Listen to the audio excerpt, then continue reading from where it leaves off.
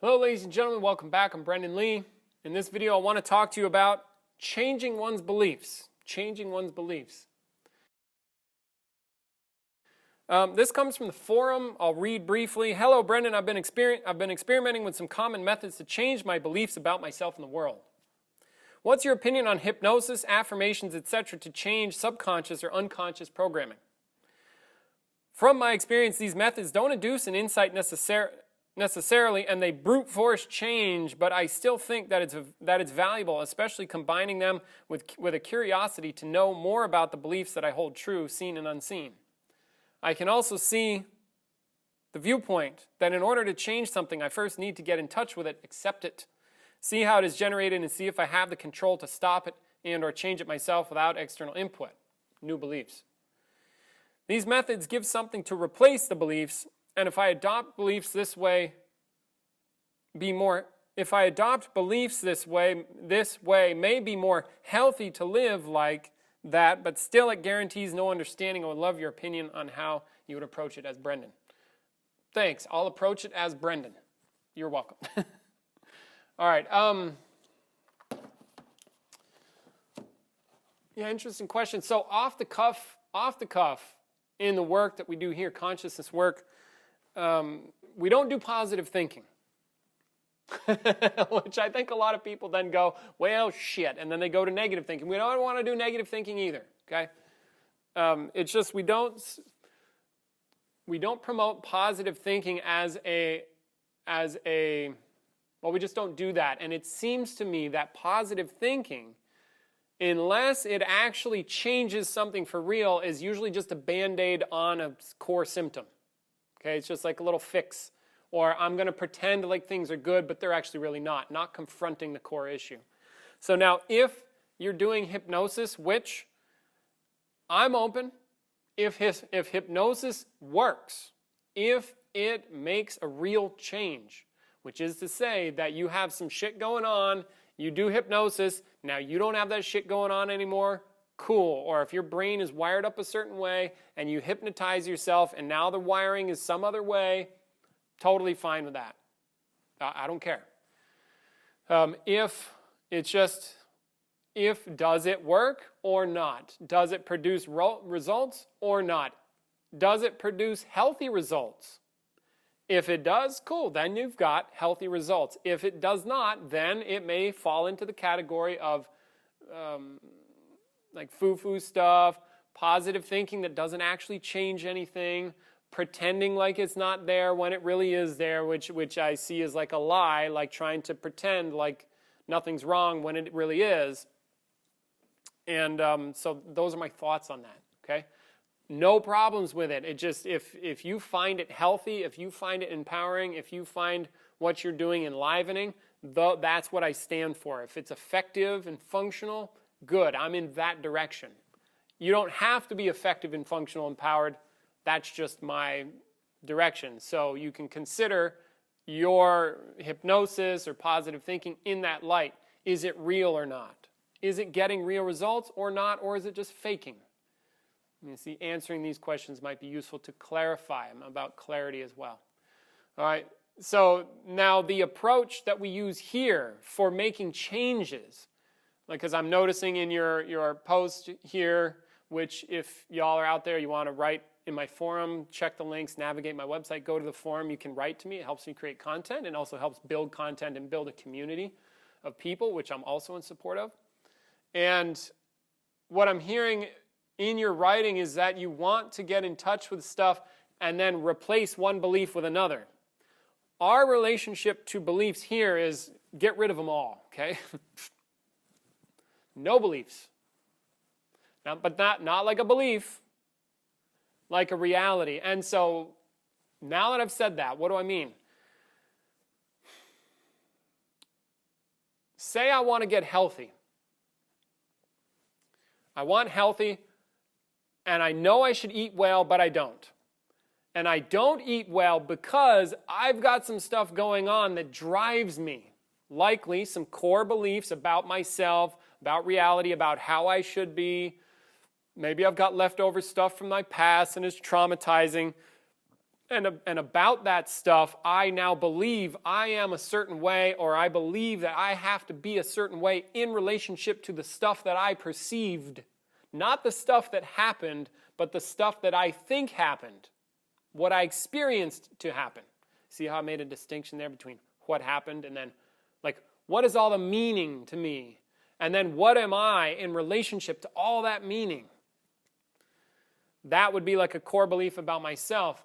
If I were to get at that stuff, like what's really going on, and recognize it for what it is, I could let go of it. And then all that's left is the healthy choice. Do you see how that works? I want to be healthy. I know what I need to do to be healthy. I just don't do it. If I remove all the barriers from the not doing it part, there is simply being healthy without the other crap. So then it's more like an experience of being free to choose my life as I want. Being empowered to make decisions and follow through on my decisions without all this other crap in the way. Does that make sense? So it's not like I replace one belief with another belief, which I may have beliefs, as a sidebar, I may have beliefs about being healthy. Or I believe in doctors, or I believe in the nutritionist, I believe in the current research, and maybe those beliefs are founded on factual stuff. Then I would say we could make a distinction in a kind of belief, a belief that is actually based on fact rather than just a flat out belief. Like, I'm a bad person and I'm incapable of deciding for myself and following through, see, as a belief.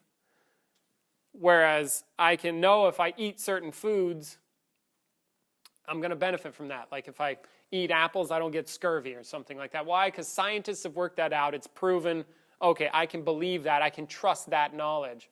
Whereas other stuff, it's just totally fabricated. Does that make sense?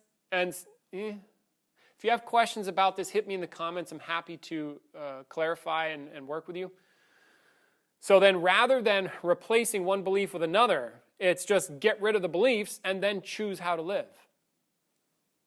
Or choose how to live and then as a discipline, and then whatever gets in the way of that decision and my action, in that case, I can now have work to do. It's like a discipline, like a challenge. Like when I'm learning martial arts, for example, and I adopt a principle which dominates my body and mind, I'm trying to shift my perceptive state to a different one so that I can be effective. Everything that is not just that state in its pure form, in a sense, okay, I'm not saying you need to be pure, I'm just saying if I try to shift my state, like a discipline, like training, stuff will get in the way, like maybe my mind gets distracted. Then I have to then learn how to focus, because I try the state, I'm like, I try the state, and my mind is always in the wrong place. And so I have to get my mind in the right place for it to work. So I do it like a discipline, and then my mind goes, and now I have to discover why my mind is firing off the wrong way and take my mind and go, no, we stay here with this. We stay in this state. We don't go, we stay. You see, so now I'm practicing. So in the same way, you can say, I'm going to eat healthy as a discipline, and then stuff will get in your way. And then now you've got plenty of work to do. Does that make sense? Or another way, rather than taking it out of the martial, another way you can work on stuff in your own self is imagine yourself as a completely whole, happy human being right now. You're complete. There's nothing wrong with you. You see how wrong that is to say? There's nothing wrong with you. You are already complete. You are completely loved. Go. Be that now. Now, is there something in your experience that says, no, it's not true? Good. Now you've got something to work on. See? And now you can discover what that is, and then it's more the training that we engage in here, by and large, is finding stuff that isn't true, discovering beliefs. You can start with all of the negative crap. We call this bottom line contemplation. It's just what we call that, this type of work, where you get in touch with everything in you that like you start with a negative behavior. You can watch another video I have on bottom line contemplation. Brendan, you can link that in the description, video on bottom line contemplation. And you start with a negative behavior, and then you go into that experience that's driving that negative behavior until you find what's really going on about that so you can let it go. And you can start with you have plenty of work with the negative stuff. Okay?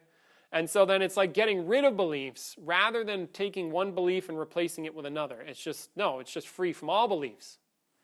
Because one thing that I'm noticing little by little as I continue in my work, I have had massive breakthroughs that just instant freedom, instantly, freed up from a lot of crap. So there's that option, which I invite you to do. We do workshops. Contemplation Intensive would be one for that. Okay, we're going to do one this fall. Check the links, navigate. You can do a Contemplation Intensive. You can have massive breakthroughs. But then you can also discover little things. And as I keep going, as I keep working with myself and my own mind, it's more stuff goes away. And then I am starting to catch glimpses in a certain sense of something that seems to me right now to be more real, more just here, present. I catch these glimpses of love that I didn't know about before, where I am just happy with what is, even if it's a negative. Like I was noticing recently, I had some negative stuff come up, and even though my mind was negative and I was sensing in others or sensing in somebody else that, she was also not feeling good, I still had love. Now this seems to come and go, and right now, so I'm not too clear on exactly what's going on, so please take what I said with a grain of salt, but it seems like the more I remove, the more stuff I remove, the more I'm just here. And so I don't need to replace the belief with anything else. I just let it go, and then what's really here seems to start to be able to take over, where it's like, I'm just here, I'm present, I'm already okay. There's nothing wrong. Okay? And then I can make decisions from that place. And it seems more powerful. I can just decide to do things. Why? Because that's something I can do. I am capable of that. And that seems to be, so far, a byproduct of removing the beliefs, discovering what's going on. I did not do this by adopting a positive thinking. I did not do this by hypnotizing myself, trying to pretend like things are okay when they're not. I did not do this by trying a workaround. I got this, I'm working on this by going into my experience, by trying to discover what my experience is about and noticing areas of pain that I have over and over and over and over. And I keep noticing that I get in pain about stuff, and I go, why am I in pain? Why am I in pain about this? Why am I in pain about that? See, and it, as a brief sidebar, it makes me think of a story. I remember having some challenges. Like I went through some dark times, right? Like you might say dark night of the soul or something like that. And what I remember from that is having a dream. And in the dream, I was really focused on, okay, Brendan, show me everything that you got, because I realized, wait, I think I'm ignoring a whole bunch of my experience. And in the dream, I'm like, show me everything, show me everything, show me everything. And in the dream, I was going to bed contemplating this. Again, this is just a story. And in this dream, I looked myself in the mirror and I felt my heart open and I said, there I am. And I was just confronted with myself, and there was just me with me, seeing me. And then as I remember, and again, this is just a story, I woke up and all hell broke loose. There was a massive amount of pain. And I noticed that my experience was full of pain. And I had to deal with that. And I feel like what I make up about that is I feel like what I discovered was pain that I had already had going on, that I had been doing for years and years and years and years and confronting. I also think some trauma stuff too. But now I was filled with a painful experience and no way out. Nobody to help me. Which is to say, and it's not nobody, it's like I talked to people, I talked to friends, other people, and it helped me. But the message here is that I was the one to do it. And I knew that nobody could do it for me.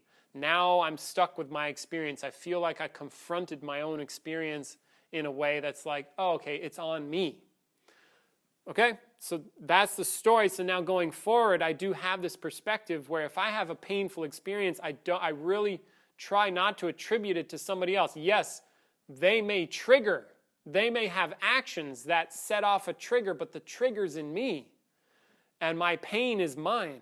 And my experience of being in pain and wanting to hurt others is my own. And then I'm left with this question, why am I in pain and why am I trying to hurt other people? Because it might be very much, they say something and then an hour later, I'm not on the phone with them, I'm not talking to them, but I'm still in pain. And like, where are they? They're not here.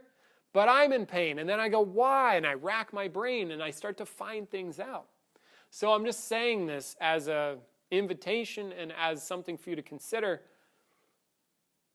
Dig in. I started learning things in a certain way by digging into my experience, by getting into why I'm hurt. And start there. Or why am I driven? Or what is automatically going on in my experience behind the scenes? And there's a lot. We call this domain of mind the unrecognized mind. Why? Because we usually hang out on the surface of things and don't know the drivers. We just like have a mood or have an emotion or have a thought. But there's a lot going on.